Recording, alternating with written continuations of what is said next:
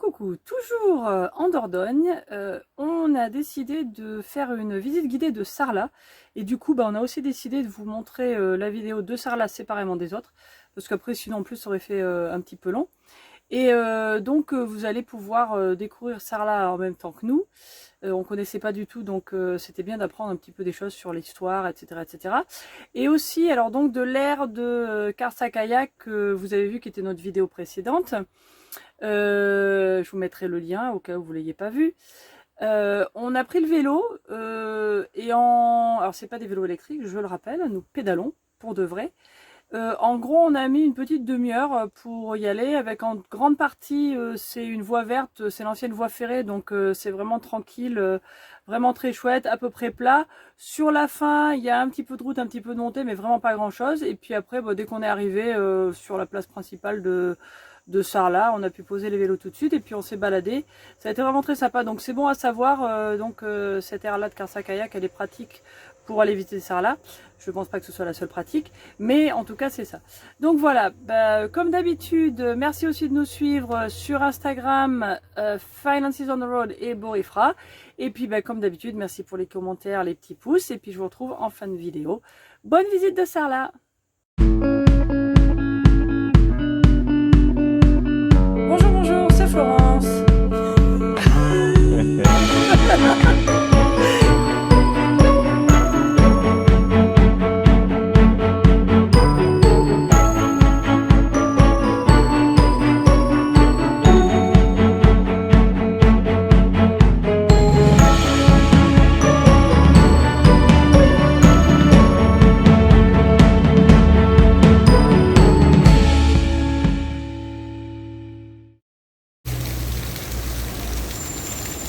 Et nous voilà arrivés à Sarlat. Alors on vient juste de se garer, comme vous le voyez. Et puis on va se balader, on va se trouver un petit déj. Voilà, on va voir. Bon, ça c'est pas naturel, mais c'est rigolo. On avait vu ça avec des parapluies à Porto Rico. Là c'est des fleurs.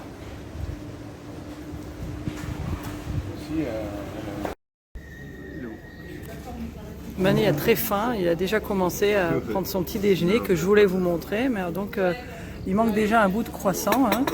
Vous êtes témoin. Donc voilà, alors on se fait une petite formule petit-déj là dans un coin sympa au milieu de la...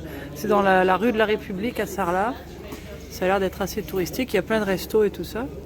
Et puis là c'est pas cher, c'est 7,50 pour tout ça, y compris un yaourt. Donc on attaque, hein. Bon appétit. Alors ça c'est très intéressant parce qu'en fait cette grande bâtisse, donc ouais, c'était une église ou quelque chose, et en fait c'est le marché couvert. Alors c'était bien une église avant puisque c'était l'église Sainte-Marie apparemment.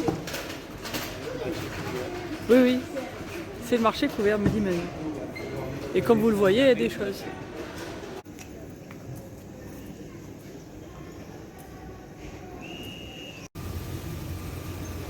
Bon, ça c'est l'hôtel de ville, on est sur la place de l'hôtel de ville, donc puis on va se balader un petit peu dans les rues, là on va voir ce qu'il y a à visiter.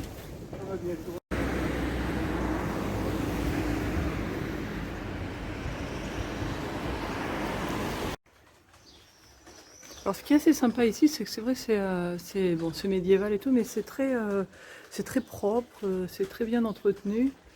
Ce qui n'est pas toujours le cas dans des vieilles villes comme ça. Donc c'est sympa pour se balader.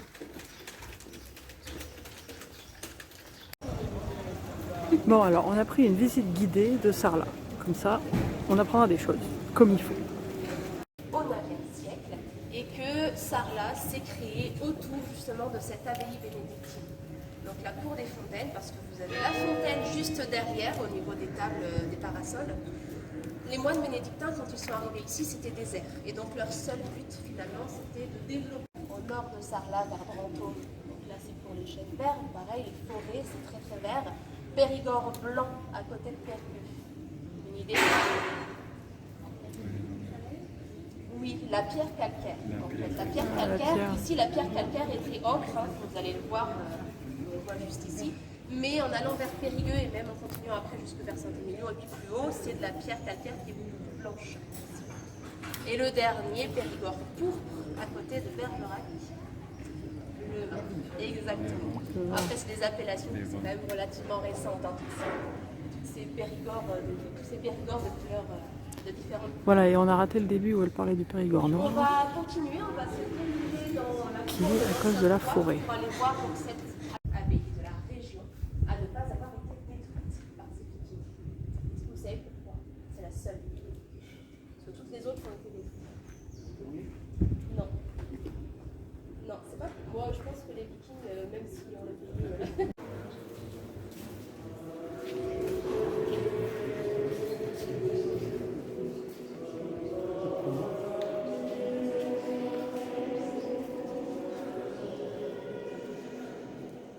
Bon, ça c'est la cathédrale de Sarlat, l'intérieur, qui fait partie donc de l'abbaye d'origine.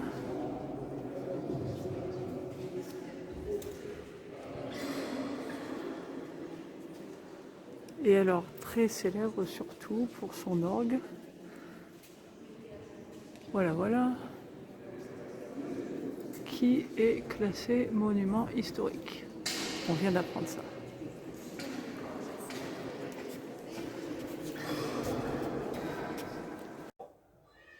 Cet orphelin, il appartenait à une certaine Anne de Dottrery, qui a encore sa maison aujourd'hui dans la cité médiévale.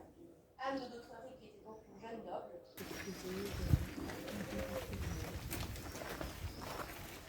Et donc tout là-haut, une grosse lanterne. Et cette lanterne, supposément, apparemment, servait de guide pour les morts.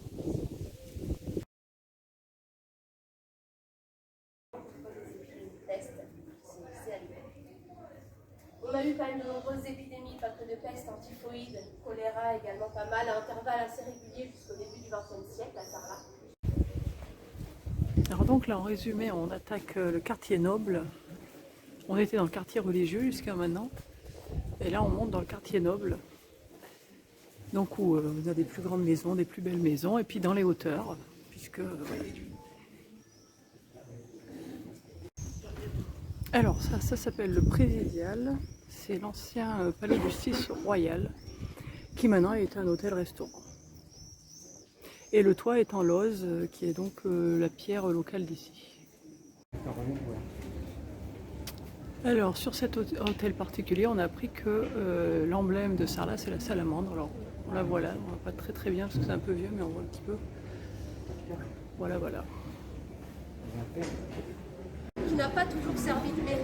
C'est-à-dire qu'à la Révolution française, pareil, les fonctions de la mairie vont être transférées ailleurs, dans l'ancien palais épiscopal, qui est l'actuel office de tourisme.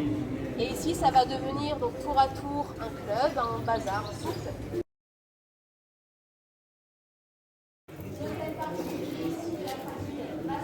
Avec sa tour d'escalier à vis rectangulaire, mais surtout sa double tour en encorbellement, donc qui permettait déjà de desservir les garantiers. Alors ça c'est la fontaine Sainte-Marie, et la guide vient de nous expliquer qu'en fait elle avait été créée au XIIe siècle, à part qu'il y avait les écuries au-dessus, et que du coup ça a contaminé l'eau, et à un moment ça a créé des épidémies et tout ça, puis du coup il avait fermé. Ça a créé une grosse épidémie de typhoïde apparemment qui a tué 3000 personnes à Sarlat sur 5000, donc c'était quand même sérieux quoi. Voilà, donc ça c'est une brèche dans les remparts qui date de la guerre des religions. En 1974, ça va devenir un musée d'art sacré. Donc c'est un lieu d'exposition.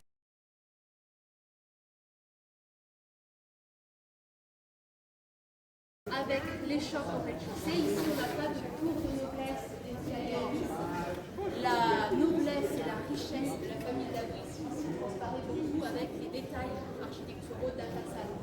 Donc on a ces pilastres sculptés à côté de la fenêtre du premier étage avec des médaillons. On a des arabesques, on a des chapiteaux sculptés côté porte d'entrée également, des petits anges sculptés au-dessus de la porte d'entrée. Donc on a énormément de détails. Et c'est comme ça que la richesse et la noblesse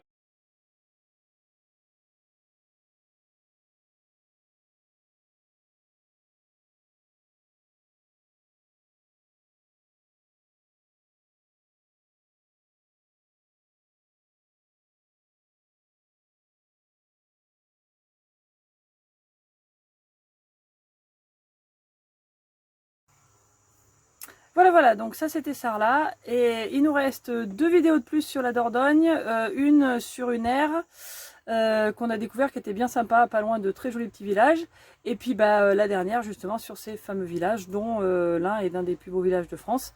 Donc continuez de nous suivre, et puis on se retrouve très bientôt, toujours en Dordogne. Ciao ciao!